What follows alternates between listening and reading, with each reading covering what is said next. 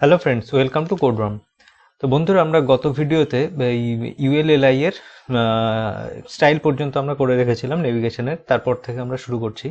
তো আমরা এলআই এর পর থেকে স্টাইল করার জন্য এলআই পর্যন্ত লিখে নিলাম। লেখার পরে আমরা কি করছি, এখানে অ্যাঙ্কার নিচ্ছি। অ্যাঙ্কারের সবার প্রথমে আমরা একটা কাজ করছি যে ফন্ট ফ্যামিলি, এর একটা ফন্ট ফ্যামিলি দিয়ে দিচ্ছি। সেই ফন্ট ফ্যামিলিটা কি, স্যান্স সেরিফ। আপাতত আমরা অন্য কোনো ফন্ট ইউজ করছি না, আমরা সিম্পল স্যান্স সেরিফ ফন্ট ইউজ করছি। তো স্যান্স সেরিফ ফন্ট ইউজ করার পরে আমরা এটাকে কি করব, একটা ফন্ট সাইজ দেব। এর ফন্ট সাইজ আমরা জেনারেলি নেভিগেশনের ক্ষেত্রে 16 পিক্সেল ইউজ করে থাকি, কিন্তু প্রয়োজন অনুযায়ী আমরা সেটাকে বড় ছোট রাখতে পারি। আর আমি আপাতত এর কালারটা দিয়ে রাখছি ব্ল্যাক। আর লাইন হাইট 1.3, অর্থাৎ 1.3 মানে হলো 16 পিক্সেল মাল্টিপ্লাই 1.3। তো যে ভ্যালুটা আসবে সেটা অটোমেটিক এখানে সেট হয়ে যাবে। ওকে।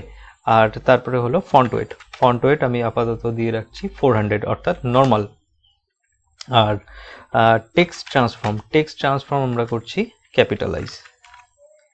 ক্যাপিটালাইজ। ওকে। তো নেক্সট আমরা দেখব এখানে ইন্সপেক্ট করার পরে, আমরা যদি রাইট ক্লিক করে ইন্সপেক্ট করার পরে দেখবেন যে এখানে অ্যাঙ্কার কিন্তু এই সমস্ত স্টাইলগুলো সেট হয়ে গেছে। আর 1.3 যেটা আছে সেখানে দেখবেন যে এই যে ভ্যালুটা 1.3টা সেটা কিন্তু কনভার্ট হয়ে গেছে।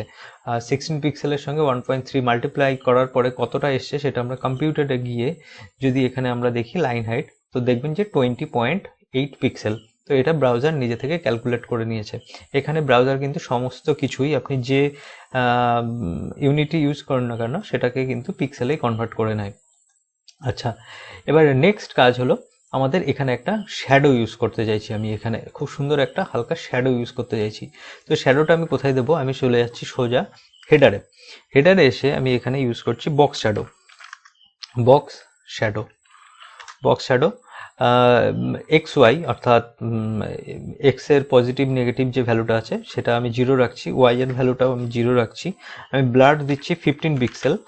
আর এর যে সাইজ যেটা আছে অর্থাৎ স্প্রেড যেটা আছে সেটা আমি 0 রাখছি। আর এর একটা আরজিবিএ ভ্যালু দিলাম।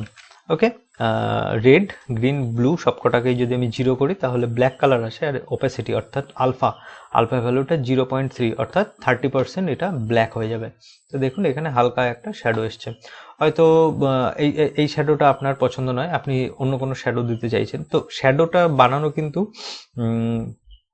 ইজি, কিন্তু আপনি যদি চাইছেন যে আপনি এখন ফাস্ট কাজ করবেন, আপনি শ্যাডো বানানো নিজের মতো এরর অ্যান্ড ট্রায়াল মেথড দিয়ে আপনি চাইছেন না যে নিজে থেকে কিছু একটা শ্যাডো বানাবেন না, আপনি ডিফল্টে কিছু বানানো আছে এমন একটা শ্যাডো ইউজ করতে চাইছেন। তো 93 বিউটিফুল শ্যাডো বলে একটা লিঙ্ক আছে। তো এখানে দেখবেন CSS স্ক্যান 93 বিউটিফুল শ্যাডো লিখলেই, CSS বক্স শ্যাডো লিখলেই এই অপশনটা পেয়ে যাবেন। এখান থেকে আপনার যেটা পছন্দ হয় আপনি সেটা এখান থেকে চুজ করে নিতে পারেন। ওকে। তো আমি 19 যেটা আছে সেই ভ্যালুটা নিয়ে নিচ্ছি। আচ্ছা, 22টা নিয়ে নিচ্ছি আমি। শ্যাডো চুজ করা একটু মাঝে মধ্যে ডিফিকাল্ট হয়ে যায়, কারণ প্রত্যেকটাই ভালো লাগে আবার কোনোটাই ভালো লাগে না, অনেক সময় এমন হয় সিচুয়েশন অনুযায়ী। তো আমি এই বক্স শ্যাডোটাকে জাস্ট রিপ্লেস করিয়ে দিচ্ছি। ওকে। রিপ্লেস করার পরে আমি এখন যদি রিফ্রেশ করি তাহলে দেখবেন এখানে একটা সুন্দর শ্যাডো এসছে। আর আমি এটাকে ট্যান কালার আর চাইছি না, আমি এটাকে হোয়াইটই করে দিচ্ছি, পিওর। ওকে। তো দেখুন একটা সুন্দর হোয়াইটের মধ্যে একটা সুন্দর শ্যাডো আসার ফলে এটা একটু পপ আপ করছে, তাই না? তো পপ আউট হয়েছে ব্যাপারটা। আচ্ছা, নেক্সট আমরা চাইছি যে এই যে সাইন আপ যে অপশানটা, এই সাইন আপটাকে একটা বাটনের মতো ফিল দিতে।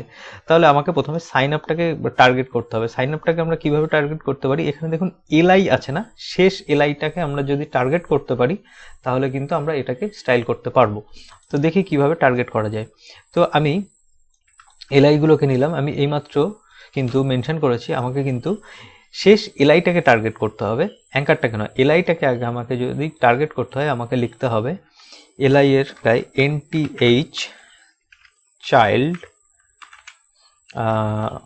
আমি যদি কাউন্ট করে দেখি 1 2 3 4 5, আমি এখানে NTH চাইল্ড যদি 5 লিখি, তারপরে যদি NTH চাইল্ড 5 এর পরে অ্যাঙ্কার দিয়ে এখন কালার দিই, আমি এখন জাস্ট আপনাদেরকে বোঝানোর জন্য রেড কালার দিচ্ছি যে অ্যাকচুয়ালি এটা ধরতে পেরেছি কিনা। হ্যাঁ, পারফেক্ট।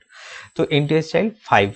তো এখন সামহাও আমাকে কোড যখন আমি করতে থাকলাম, আমার ওয়েবসাইট রেডি হওয়ার পরে দেখা যাচ্ছে এখানে একটা এলআই আইটেম বেড়ে গেছে। ওকে, তো বেড়ে যাওয়ার পরে দেখবেন যে এখন কিন্তু সাইন আপটাকে টার্গেট আর করতে পারছি না। আমার এই যেহেতু একটা আইটেম বেড়ে গেছে, এখন কিন্তু এই কন্ট্যাক্টটা 5 হয়ে গেছে, এটা কিন্তু 6 হয়ে গেছে। তো সেক্ষেত্রে আমাকে কিন্তু এখানে এসে আবার চেঞ্জ করতে হবে, 6 লিখতে হবে, তাই না? তো এই প্রবলেমটা থেকে আপনি খুব সহজে একটা সলিউশন বের করতে পারেন যে আপনি এরকম নাম্বার ফিক্সড না দিয়ে আপনি কি করবেন, ইন লাস্ট চাইল্ড লিখে দিতে পারেন, যে লাস্ট চাইল্ড, যেহেতু এটা সবার শেষে আছে, তো এরকম ভাবে লাস্ট চাইল্ড লিখলে দেখবেন যে এটা কিন্তু শেষ চাইল্ডটাকেই আপনার সবসময় টার্গেট করবে। अच्छा ठीक है समझ गया। এখন আমি যে এক্সট্রা যে এলআইটা লিখেছিলাম সেটাকে যদি আমি ডিলিটও করে দিই, সেক্ষেত্রে দেখবেন কিন্তু লাস্ট চাইল্ডটাই এখানে আছে। তো লাস্ট চাইল্ডের মধ্যে কি হবে, লাস্ট চাইল্ডের মধ্যে যে অ্যাঙ্কারটা আছে সেটাকে আমি টার্গেট করছি। টার্গেট করার জন্য আমি সবার প্রথমে একটা ব্যাকগ্রাউন্ড কালার দিয়ে দিই। এর ব্যাকগ্রাউন্ড কালার আমি চাইছি যে এটা ব্লু চাইছি, ব্লু। তো আমি নাম দিলাম এখানে একটা স্লেট ব্লু কালার দিলাম আপাতত। আচ্ছা, এইটাকে ইন্সপেক্ট করে নিচ্ছি। এই যে ব্লু কালারটা আমি এখানে ইউজ করেছি, সেই ব্লু কালারটা আমি এখান থেকে কপি করে নিচ্ছি। এই যে আমি এই ব্লু কালারটা চাইছি, তো এখন স্লেট ব্লুটাকে সরিয়ে এই ব্লুটা দিয়ে দিলাম। আর কালার আমি এখানে চাইছি যে হোয়াইট, এফএফএল। আচ্ছা, তো এখন হোয়াইট কালার। আচ্ছা, এবার নেক্সট কাজ কি হবে, আমাকে একটা প্যাডিং ইউজ করতে হবে, প্যাডিং। তো আমি প্যাডিং ওপর নিচে দিচ্ছি, সামান্য প্যাডিং 20 পিক্সেল, আর ডান দিক বাদিকে দিচ্ছি 25 পিক্সেল। ওকে, এতে দেখুন একটা বাটনের মতন কিন্তু লুক অ্যান্ড ফিল চলে এসেছে। আর আমি এর দিলাম একটা বর্ডার রেডিয়াস 6 পিক্সেল, সেভ। তো আমি লাস্ট যে এলিমেন্টটাকে সেটাকেই আমি কিন্তু শুধুমাত্র টার্গেট করলাম। টার্গেট করার পরে আমি তার স্পেশাল যে অপশনগুলো, মানে এক্সট্রা যে অপশনগুলো যেগুলো কিন্তু বাকিগুলোর প্রয়োজন নেই, তো সেই জন্য আমি কি করেছি, লাস্ট চাইল্ড ইউজ করেছি। করার পরে আমি এটাকে সুন্দরভাবে স্টাইল করে ফেলতে পেরেছি। তো আশা করি এখান থেকে আপনারা শিখতে পেরেছেন যে একটা বেসিক, একটা বেয়ার মিনিমাম একটা নেভিগেশন বানানোর জন্য আপনার কি কি প্রয়োজন আছে, এইচটিএমএল সিএসএস এর কোন কোন প্রপার্টি কখন কিভাবে ইউজ করতে হবে সেটা এখান থেকে বুঝতে পেরেছেন। আমাদের এই ভিডিও থেকে নতুন কিছু যদি শিখতে পারেন তাহলে আমাদের ভিডিওটি লাইক করবেন আর বন্ধুদের সঙ্গে শেয়ার করবেন। তো আমাদের পরবর্তী ভিডিওতে আবার দেখা হচ্ছে। ভিডিওটি ধৈর্য সহকারে দেখার জন্য অসংখ্য ধন্যবাদ।